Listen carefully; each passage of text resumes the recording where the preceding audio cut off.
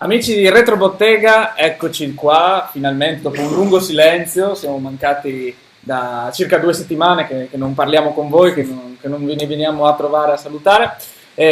Non ci siamo stati per una serie di motivi, per una serie di eventi a cui abbiamo dovuto partecipare. Causa di forza maggiore, come si suol dire, non ci ha permesso di essere in diretta lunedì scorso. Tra l'altro eravamo in due posti diversi, perché Mauro era a ovest, veramente all'estremo ovest del nord Italia, a Torino, io ero qua a est, a Udine, per vicino lontano, per cui c'era impossibile proprio riuscire a pensare anche soltanto di fare la diretta. Sì. Però allora, visto che non abbiamo potuto fare la diretta da Torino, la diretta da Udine, abbiamo pensato oggi di trovarci qui un po' anche per raccontarvi quello che è successo in queste 2 settimane, quello che è capitato a noi, quello che un po' abbiamo anche curiosato, beccato in giro in questi giorni. Inizi tu? Inizio io, da questa 31esima edizione del Salone del Libro di Torino, che il sabato ha registrato qualcosa che non si era mai visto in 31 anni, nel senso che hanno dovuto chiudere i cancelli per un'ora, con migliaia di persone fuori, perché la fiera, i padiglioni non permettevano altre entrate, no? Un successo clamoroso, dicono che siano superate le 150.000 presenze, quindi un aumento, numeri incredibili. Abbiamo respirato un'aria frizzante, una fiera, un salone del libro frizzante, pieno di incontri, di novità, di bellissimi stand. Ma dici qua, svegliamo subito gli stand che lunedì l'abbiamo dedicato un po' al giro personale, okay, no? Perché sennò della libertà. Della libertà, abbiamo fatto degli acquisti, tanti, e allora si è anche curiosato in giro, no? Allora, non so, mi viene in mente di aver visto un bellissimo stand che era nel padiglione 2, fatto a isole. Ogni isola raccontava un po' con una serie di libri, ovviamente ho alcune cose con alcune tematiche. Mi viene in mente il bellissimo stand di NN, con la poltrona vintage, sembrava un po' di entrare in un periodo storico altro, e con un'eleganza e una pulizia di stand bellissima. Mi viene in mente l'unione tra vari editori culto, insomma, di questi anni, e quindi 66 era insieme a Keller, che era insieme alla Nuova Frontiera, che era insieme a Nutrimenti, in questo bellissimo spazio quadrato in cui si poteva girare in mezzo a questi 4 marchi editoriali. Mi viene in mente il bellissimo stand del Saggiatore, elegantissimo.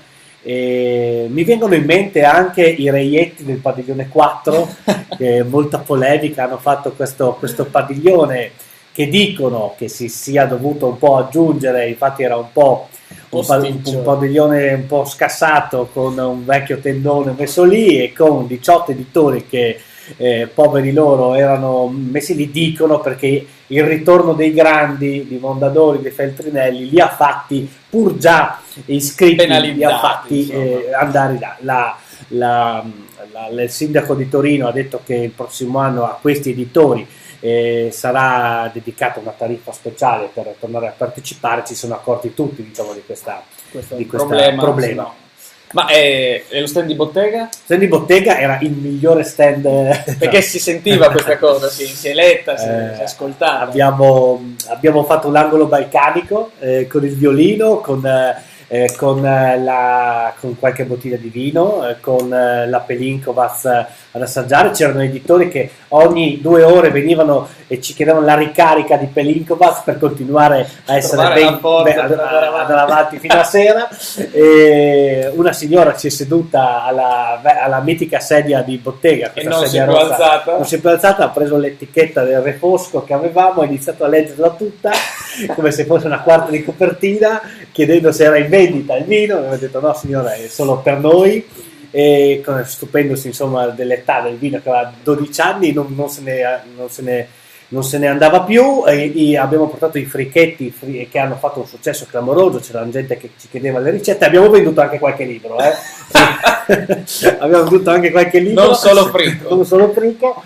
E no, siamo stati molto felici, perché insomma per noi era un esordio. in questo grande salone e abbiamo capito molte cose, perché alle fiere si capiscono molte cose anche di dove si sta andando. Allora vedere anche dove il lettore appoggia lo sguardo, solleva un libro, legge la quarta di copertina, ti chiede delle cose, insomma è sempre importante e bello, e quindi insomma ed è per questo che abbiamo deciso di aprire un'azienda vinicola. Un'azienda vinicola, ci lanciamo sul settore vino e libri. Senti, però non solo salone, perché c'è stato anche il salone off. C'è stato il salone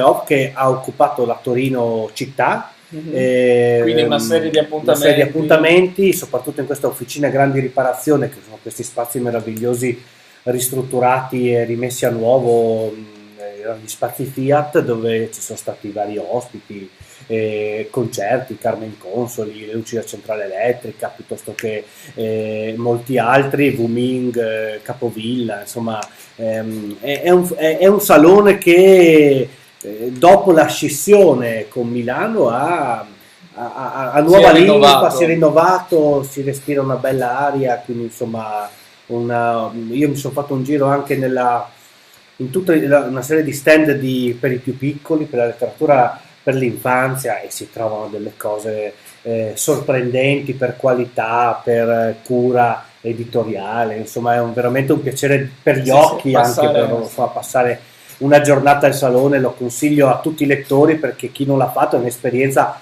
un po' anche alienante a volte, si è travolti dalla quantità di libri, di lettori, di editori che stanno lì. Abbiamo presentato con Remo la notte dei lettori, con Remo Politeo della Libreria Moderna, e insomma quindi è stato un 5 giorni molto belli. In contemporanea c'era Alessandro qua a Udine. In contemporanea eravamo qua a Vicino Lontano per doppi appuntamenti, sia come Bottega Errante Edizioni, ma soprattutto con estensioni per Aspettando la notte dei lettori. E diciamo che anche a Udine si è respirata sicuramente un'area frizzante, ma si è respirata soprattutto un'area balcanica, perché sono arrivati qui Jergovic, uno dei più grandi scrittori intellettuali dell'area balcanica, che ha fatto un bellissimo incontro su quello che è il suo mondo, il suo immaginario, le sue letture preferite, predilette, ma soprattutto anche quelle che sono le nuove forze, la nuova linfa della letteratura balcanica. Con lui Cecilia Ferrara, che tra l'altro avevamo incontrato un paio di sere prima in un incontro invece dedicato a quelle che sono le notizie, perché spesso ci arrivano, no, queste notizie su che cosa stia esattamente succedendo in quell'area, ma molte volte sono notizie che vengono rielaborate o raccontate in modo diverso, per cui abbiamo chiesto a queste due personalità, Osservatorio Balcani e Caucaso, e poi Marzia Bona e Cecilia Ferrara, che invece ha questo bellissimo festival di cinema Balkan Florence Express a Firenze, di fare un po' un punto su quelle che sono le notizie che ci arrivano.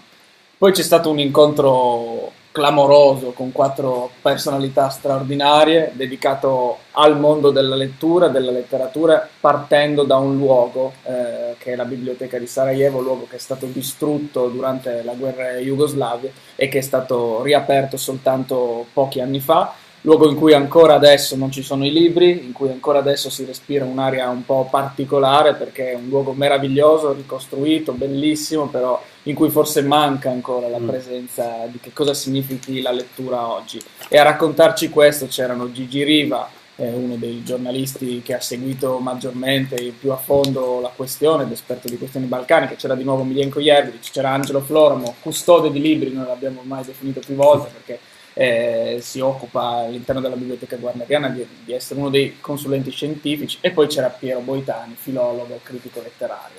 Infine domenica abbiamo incontrato un altro scrittore balcanico, Faruk Sekic, che ci ha portato la sua esperienza nell'esercito bosniaco e poi successivamente di scrittore. So anche, al di là di tutte queste, insomma, fortunatamente al di là di tutti questi bellissimi incontri, ci sono stati anche bellissimi incontri in osteria, ho saputo, che sono degenerati, insomma, in cosa balcanica, insomma. Ma sai, i Balcani chiamano Pelinkovac, chiamano vino, tu eri là a vendere o quantomeno a far finta di venderlo, noi eravamo qui a consumarlo. E chi è apparso? È apparso un mito assoluto. Un mito assoluto, ho visto persone perdere completamente la ragione. Quando me l'avete detto con un messaggino WhatsApp chi c'era a cena con voi, tu volevi tornare qua. Io avrei voluto prendere il treno e tornare e unirvi a voi. A un certo punto è apparso il grande Bogdan Tanjević, forse che una delle icone dello sport, ma non solo dello sport, un'icona proprio del mondo balcanico, allenatore di basket dell'Italia, allenatore della Jugoslavia, un mito assoluto, ma non solo per gli amanti del basket, no, un intellettuale. Un intellettuale, perché a cena, tra un bicchiere di vino e l'altro, che continuava a versarci, per cui abbiamo dei ricordi di quella cena, ma che sono anche dei ricordi un po' deviati dai fumi vari che si sono respirati. Abbiamo parlato a lungo di Ivo Andrić, abbiamo parlato a lungo di Selimovic, abbiamo parlato a lungo di una serie di autori balcanici che lui ama e che noi amiamo di conseguenza. Quindi una sorpresa. È stata una sorpresa, una bellissima sorpresa, anche perché fa veramente piacere incontrare e poter condividere un bicchiere di vino e una chiacchierata di letteratura con un personaggio di questo spessore. Molto simpatico, anche perché ci ha preso per il culo a lungo. Martedì siamo tornati da Torino, ma giovedì eravamo a scaricare i libri a Gorizia. Sì, infatti la mia schiena la schiena di Alessandro è andata e adesso c'è la serie di massaggi che insomma nella prossima settimana lo rimetteranno in piedi, ma giovedì eravamo a Gorizia di nuovo a allestire uno stand all'interno del Festival Storia, questo Libri in Giardino. È stato molto bello perché eravamo in mezzo alla strada principale di Gorizia. Anche qua è una prima volta, come a Torino non eravamo mai stati a Gorizia, quindi è stato un secondo esordio. Molto positivo, molto bello, anche qua un bel clima, la città che si veste un po' a festa per questa rassegna a livello nazionale, ormai è storia, e quindi ci è piaciuto molto essere presenti e eravamo lì in particolar modo perché c'erano due libri che abbiamo presentato, due libri che hanno a che fare chiaramente con la città o con le vicinanze di questa città. Uno è Gorizia Capovolta, di cui ovviamente vi avevamo già parlato, ma che ovviamente trova spazio in una rassegna di questo tipo dedicata alla storia, ma dedicata alla città. Certo, di Roberto Kovacs che l'ha raccontato assieme a Luana De Francisco. E poi abbiamo ripresentato, dopo la prima a Udine, a una settimana di distanza, I Cancellati di Mia Mazzini. Sì, I Cancellati di Mia Mazzini, abbiamo fatto questa presentazione molto bella alla Mediateca di Gorizia, insieme al giornalista Yuri Palik, insieme a Michele Obit, con le letture di Pierluigi Pintar. Fuori dalla Mediateca di Gorizia è successo qualcosa di stranissimo, perché c'è questo lunghissimo tunnel, pedonale o parzialmente pedonale, perché qualche macchina ci passava, ma erano soprattutto gente a piedi.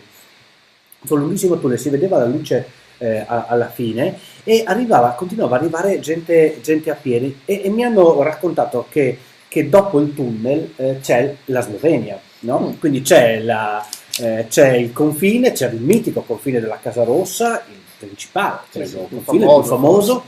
C'era la cortina di ferro e la gente a piedi veniva superava questo tunnel e veniva a sentire Mia Mazzini, un loro autore, no? E infatti lo abbracciavano e c'era questa gente a piedi che arrivava da questo tunnel ed è stata un'immagine molto poetica, un po' costuriziana. I libri di Bottega Errante quindi uniscono i popoli. Diciamo così, possiamo fare lo slogan del prossimo catalogo. Potrebbe essere questo. È stato un bellissimo incontro, anche perché c'era appunto una grande presenza della minoranza slovena che lo rendeva ancora più familiare questo incontro. Venerdì replicheremo a Trieste, un'altra città insomma, fortemente in cui c'è una forte minoranza slovena, alla libreria Feltrinelli alle 18 con Stefano Luso di Radio Capodistria. Quindi insomma Mia Mazzini continua a girare, continuerà a farlo ed è bellissimo perché c'è sempre una grandissima sorpresa in chi ascolta, la sorpresa di scoprire una storia vicinissima e totalmente ignorata e di cui non si è mai sentito parlare. Quindi veramente un libro importante che ha avuto anche la pagina su Repubblica di lancio a firma di Gigi Riva, quindi insomma una bellissima accoglienza e questo non può che farci piacere. Allo stesso modo è stata una festa la presentazione invece di Gorizia Capovolta, in cui veramente Roberto è stato festeggiato, c'erano più di 200 persone, Lui tra l'altro non ci va sottile con Gorizia, no, insomma no. è un libro che, sì, che non vuole, è un libro morbido, esatto, non celebra questa città, anzi No, solleva anzi, qualche polverone, quindi pone delle domande. era Sì. in parte preoccupato prima di cominciare questa presentazione, che ha detto chissà come finirà, magari alla fine mi picchiano, però lui sosteneva che poi per fortuna si sarebbe recato a Monfalcone, quindi non ci sarebbe stato pericolo. Però invece è stata una grande festa. Roberto è molto amato, il libro ha anche stato accolto molto bene, per cui continuerà a correre insieme alle altre città. Per queste occasioni abbiamo stampato il Hai nuovo. imparato a farlo, però adesso Guarda che bello. spendiamo 15 secondi per Il dire mezzo quanto proprio, bravo è diventato Mauro Daltin. Non capisco ancora questo movimento, però, Ma tu non devi ok. esagerare. È fantastico, e questo è il nuovo catalogo di Bottega Errante. Come vedete c'è sempre il mitico furgone giallo, però in un'altra location, una location estiva, perché è il catalogo di maggio, quindi con tutte le novità di questi primi 6 mesi. E niente, siamo in una giornata piovosa, in una giornata che ci ha un po' ributtato dietro nell'autunno, Sì, ma però vediamo però, anche insomma, vediamo delle cose che comunque sono dei bagliori d'estate, esatto. E soprattutto in particolare va segnalato perché abbiamo questo ufficio che voi vedete spesso quello che ci sta alle spalle, ma dall'altro lato dell'ufficio c'è una grande finestra che dà sulla strada e dà anche su un panorama di Berlino, sì, di DDR Berlino proprio, Ovest, veramente. o di Berlino anche Est, Ovest, 1984. Esatto, scendendo da questo cielo grigio e palazzi grigi si incontra però quella che è porzione, parte, crediamo, non ne siamo convinti, ma pare che passi di qua, è la ciclovia Alpe Adria. Questa ciclovia Alpe Adria ovviamente è attraversata quotidianamente da decine e a volte centinaia in certi periodi di ciclisti. Ciclisti che Mauro, tedeschi, soprattutto austriaci, ciclisti che Mauro osserva dalla sua finestra mentre è al computer a lavorare, a imprecare, insomma, a destreggiarsi, a districarsi tra quelle che sono le quotidiane rotture di scatole. Lui li guarda e cosa provi, Mauro? Provo una certa rabbia nei loro confronti, rabbia, invidia, ma soprattutto rabbia, no? A volte mi verrebbe quasi da dire no, scusate, andate a lavorare anche voi, e invece loro se ne stanno andando a grado, che è il termine ultimo di questa ciclovia, che ma tra l'altro l'hai mai percorsa la ciclovia? Non l'ho mai percorsa, l'ho vista sempre in macchina e ho detto che è sempre bellissima, ma finora sono rimasto in macchina a guardare, a guardarli correre. No, siamo in pieno fermento ciclistico, basta che sia una domenica di maggio di sole, vedi questa frotta di ciclisti che percorrono l'Alpe Adria, tedeschi che non capiscono i segnali, che si ingorgano qua, mentre io magari mando mail a tipografie e chiedo di abbassarmi il preventivo. C'è qualcosa che non va, però continuiamo a andare avanti così. Siamo anche nelle settimane del Giro d'Italia, siamo appena stati reduci dalla tappa più bella forse d'Europa, che è lo Zoncolan, e quindi insomma che Mauro ha fatto in passato. Beh, certo, il retromarcia l'ho fatta, e allora volevamo così parlare un po' di bicicletta e di libri, no? Perché tra l'altro la particolarità è che io ho lavorato 4 anni in Ediciclo, mentre Alessandro ha lavorato 1 anno in Ediciclo, quindi è la casa editrice. Un po' di bicicletta centrata in testa. Non ne capiamo, però magari a Torino abbiamo fatto questo incontro in questa bellissima libreria, sede anche del gruppo Abele di Don Ciotti, Pizza con l'editore, in cui c'era Ediciclo, ma c'eravamo anche io e Simone di Bottega Errante a mangiare la pizza, e quindi Ediciclo è la casa editrice legata a questo periodo in particolare, perché alle piste ciclabili, ma alla letteratura di viaggio, quindi quando si parla di viaggio lento, Ediciclo è un po' il punto di riferimento in Italia, visto anche la nostra vicinanza con questa casa editrice. Allora volevamo un po' raccontarvi alcune piccole cose. Uno è che è stata appena inaugurata una libreria, il negozio, diciamo, in cui poter recarsi e fare un giro attraverso gli scaffali che ospitano tutti i libri di Ediciclo. Sono oltre 600. Esatto, no? Ed è esattamente sotto gli uffici. E sotto gli uffici della redazione, ed è bellissima perché Loro sono sopra, la casa editrice è sopra, e hanno aperto questo punto vendita, inaugurato da pochissimo. Ma visto che noi l'abbiamo attraversata Ediciclo, secondo me è anche giusto ricordare che cosa era questo spazio prima di questo spazio io ci ho lavorato proprio nell'ufficio. Adesso è una splendida libreria, quasi veramente da città illuminata, un posto incredibile, figo proprio, ma fino a 2 mesi fa era insomma veramente uno spazio pieno di scatoloni di libri, un magazzino. Sono stati bravissimi quelli di Ediciclo a rimboccarsi le maniche e a mettere a nuovo questo spazio, che, se ci andate a Portogruaro, è la unica libreria di bicicletta in Italia. Quindi andate, insomma, così conoscete anche Vittorio, Lorenza, Sara, Vanessa e tutto lo staff di Ediciclo. Ediciclo nasce ormai quasi 30 anni fa dalla passione di Vittorio per la bicicletta. È diventata, credo, casa editrice leader nel mercato per tutto questo mondo, che è un mondo sempre in espansione. Ci sono una serie di collane molto belle, penso alla collana delle cicloguide vere e proprie, che hanno questo anche formato bellissimo, che è perfetto poi per consultarlo mentre stai correndo in bicicletta. E hanno fatto un po' le cicloguide di quasi tutte, credo ormai, le piste ciclabili, i percorsi ciclabili europei. Mi viene in mente, ma dalla Francigena fino poi a Santiago in bicicletta, ma poi il Danubio, la Drava, e tanti altri. Questo per quanto riguarda le guide. Poi ma c'è questa meravigliosa collana che credo sia a livello editoriale una delle più belle novità degli ultimi anni, che è la Piccola filosofia di viaggio. Sono questi piccoli libricini di 96 pagine che loro hanno acquisito da una casa editrice francese, ma poi hanno alimentato con tutti i loro autori, ed è meraviglioso, dalla voce delle case abbandonate alla musica della neve, al silenzio dei passi, all'euforia delle cime. Insomma, è veramente una serie di titoli bellissimi che raccontano proprio che cosa sta dietro ad alcune curiosità legate al mondo del viaggio, al viaggiare, alla viandanza, alla natura. È bellissimo.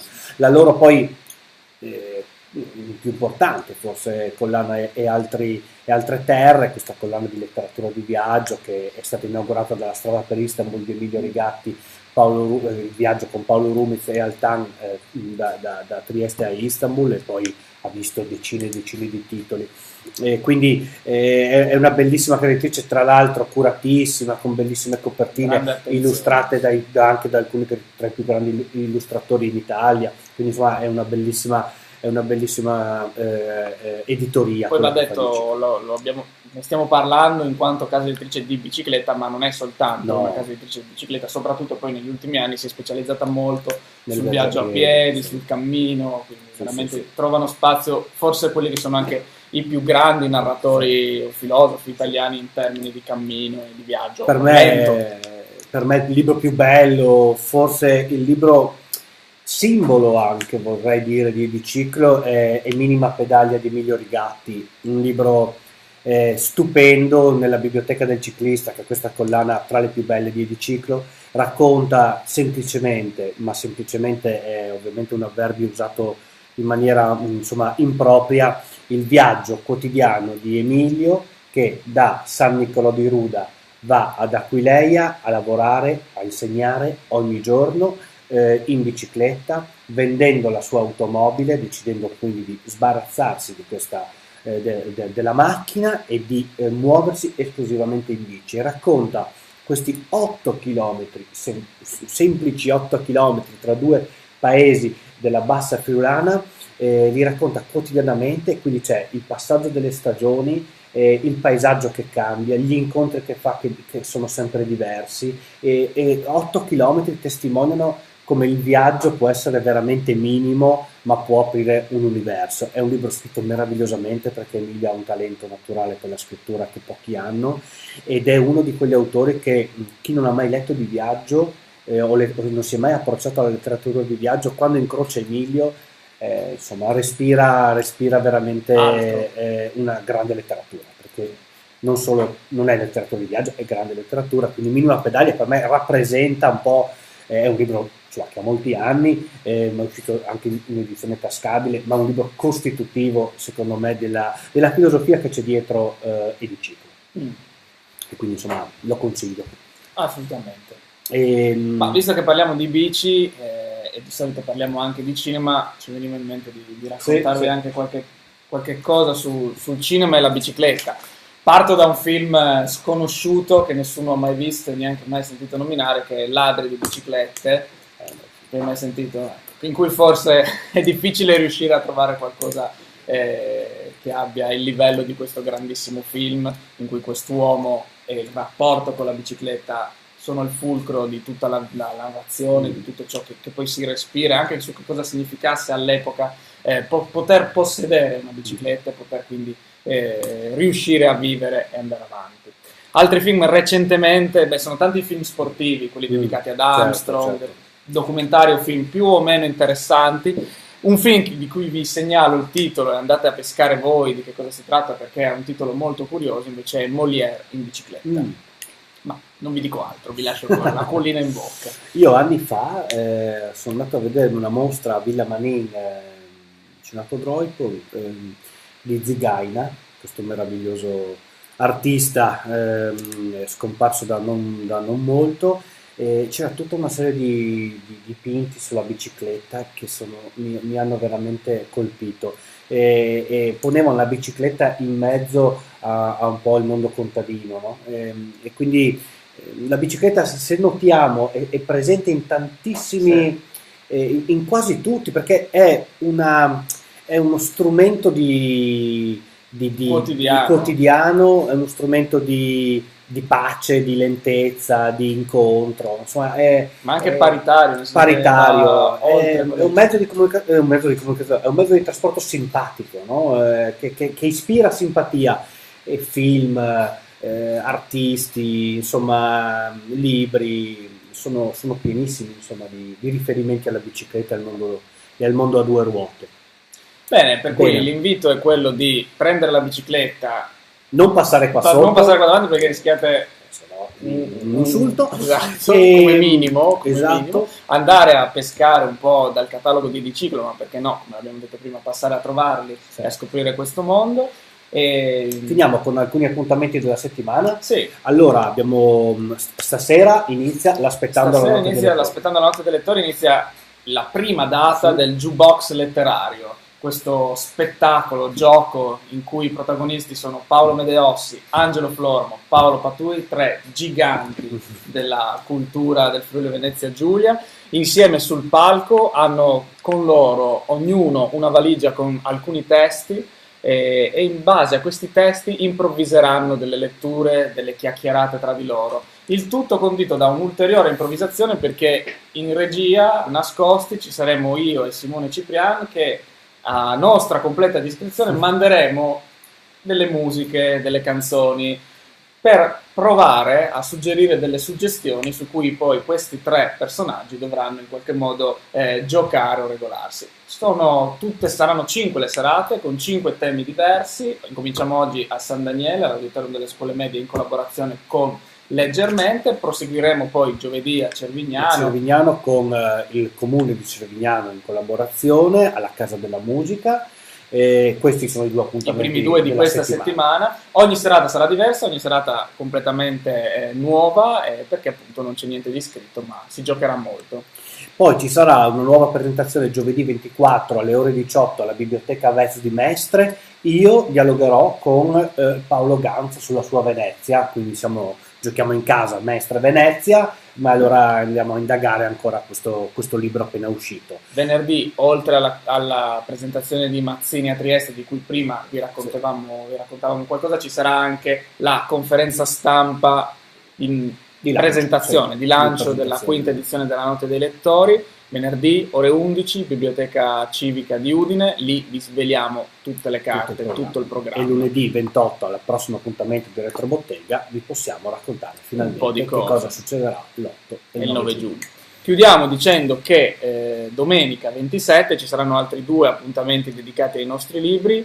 Renzo Brollo a Cammino al Tagliamento insieme a Andrea Visentin. E poi continua il Never Ending Tour di Alessandro Tasinato. Stateci sotto, guardate il suo sito, perché neanche noi riusciamo più a dirvi tutti gli appuntamenti, perché sono veramente tantissimi. Per cui grazie a tutti, ci siamo ritornati, cercheremo di rivedervi sempre con la frequenza a cui eravate abituati fino a questo momento. Grazie di tutto, ci vediamo lunedì prossimo. Ciao! Ciao.